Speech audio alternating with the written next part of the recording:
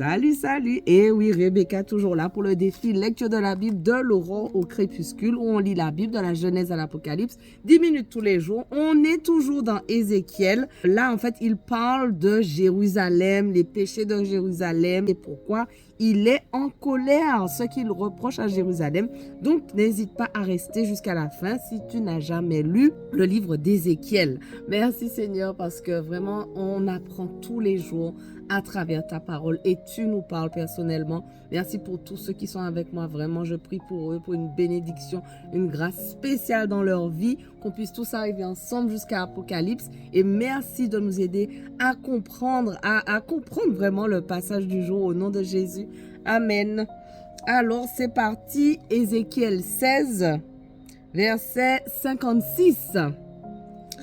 Ta sœur Sodome ne sera plus l'objet de tes sarcasmes comme au temps où tu étais orgueilleuse avant que ta perversité fût mise à nu. Maintenant, c'est ton tour d'être déshonorée par les filles de l'Assyrie et toutes celles qui l'entourent, par les filles des Philistins qui te méprisent tout autour de toi. Tu portes à présent le poids de tes crimes infâmes et des abominations que tu as commises, l'Éternel le déclare. Car voici ce que déclare le Seigneur l'Éternel, j'agirai envers toi comme tu as toi-même agi. Tu as fait peu de cas du serment et tu as violé l'alliance. Cependant, moi je me souviendrai de l'alliance que j'ai conclue avec toi au temps de ta jeunesse et j'établirai avec toi une alliance éternelle. De ton côté, tu te souviendras de ta conduite et tu en auras honte quand tu accueilleras auprès de toi tes sœurs aînées et cadettes et je te les donnerai pour filles sans que cela soit inscrit dans mon alliance avec toi. Et j'établirai mon alliance avec toi et tu reconnaîtras que je suis l'Éternel. Alors tu te souviendras de ta conduite passée et tu seras saisi de honte. Tu seras si confuse que tu n'oseras plus ouvrir la bouche lorsque je te pardonnerai tout ce que tu as fait. Le Seigneur l'Éternel le déclare. Ézéchiel 17. L'Éternel m'adressa la parole et me dit, Fils d'homme, propose une énigme, raconte une parabole à la communauté d'Israël. Dis-leur, voici ce que déclare le Seigneur l'Éternel. Le grand aigle survint, ses ailes étaient grandes, son envergure était très large. Il était couvert d'un plumage épais, multicolore. L'aigle se rendit au Liban et saisit la cime d'un cèdre, puis arracha son rameau le plus élevé. Il l'emporta dans un pays de commerçants et il le déposa dans une ville de marchands. Puis il prit un plant du pays et le planta dans une pépinière. Il le mit comme un saule près des eaux abondantes. Le plant poussa et il devint un cep étendant ses sarments. Mais il était de taille bien modeste. Ses sarments se tournaient vers l'aigle et ses racines restaient sous lui. Il se développa, produisit des rameaux et poussa des sarments. Puis survint un autre grand aigle, aux ailes larges, au plumage abondant, et voici que la vigne du champ où elle était plantée étendit vers lui ses racines, étendit ses sarments de son côté pour se faire arroser par lui, mais elle avait été plantée dans un bon champ près des eaux abondantes où elle poussait des rameaux et produisait du fruit et où elle était devenue une superbe vigne. Dis-leur, voici ce que déclare le Seigneur l'Éternel. Va-t-elle prospérer? Le premier aigle ne va-t-il pas arracher ses racines et la dépouiller de ses fruits pour les laisser sécher? Alors toutes les jeunes pousses se flétriront. Il ne faudra ni grands efforts, ni une armée nombreuse pour la déraciner complètement. Voici, elle était bien plantée, mais pourra-t-elle prospérer? Dès que le vent d'Orient se mettra à souffler sur elle, ne se desséchera-t-elle pas pleinement? Oui, sur le terrain même où elle avait poussé, elle desséchera.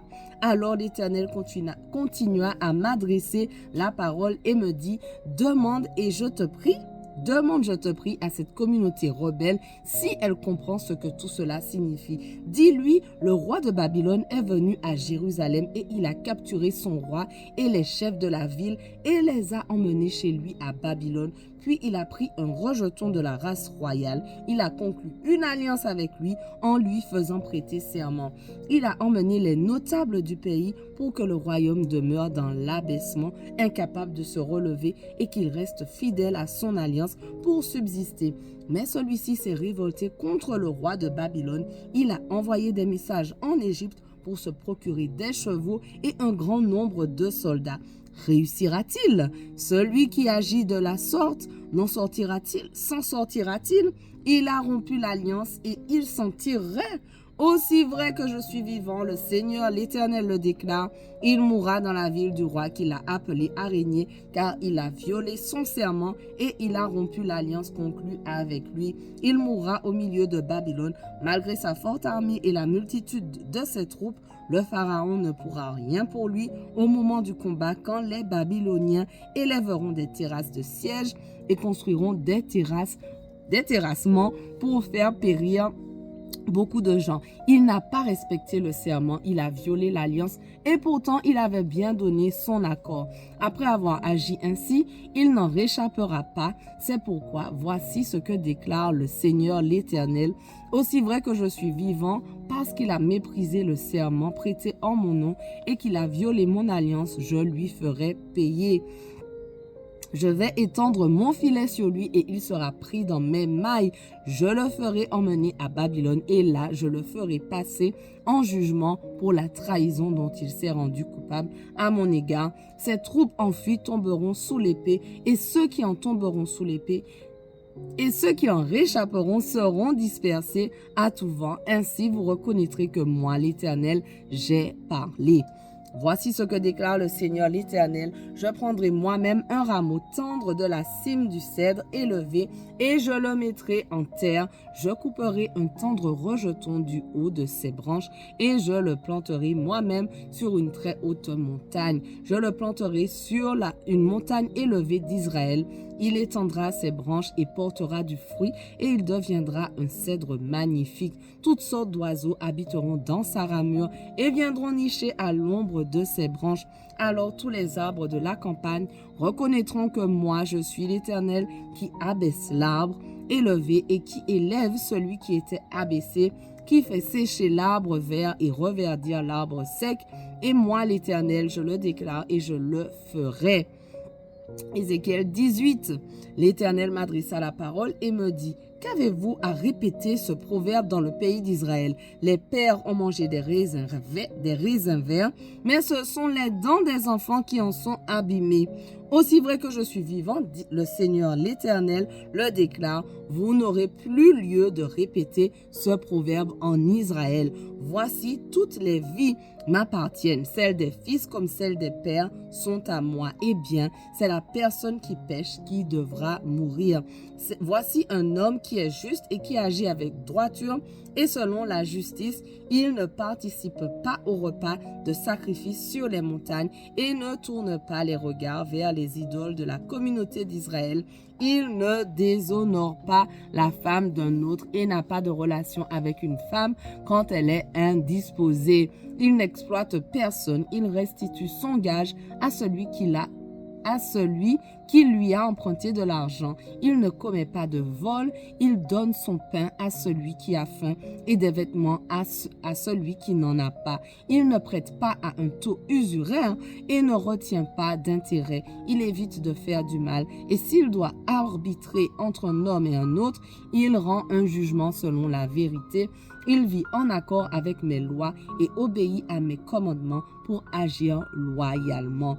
Un tel homme est juste et il vivra. Le Seigneur l'Éternel le déclare. Mais si cet homme a un fils qui est un brigand, un criminel et qui est coupable de l'une des choses mentionnées, alors que son père n'en a commis aucune, il participe au repas sacrificiel sur les montagnes où il déshonore la femme d'un autre, où il exploite les pauvres et les malheureux, il commet des vols, ne rend pas les gages reçus, où il porte les regards sur les idoles et prend part à des rites abominables. Ou encore, il prête à un taux usuraire et retient des intérêts. Ce fils-là vivrait-il? Non, vous dis-je, il ne vivra pas puisqu'il a commis toutes ces choses abominables. Il mourra et il sera seul responsable de sa mort. Voilà, notre passage du jour touche à sa fin, mais on continue dès demain. On ne lâche rien. Allez, sois bénis.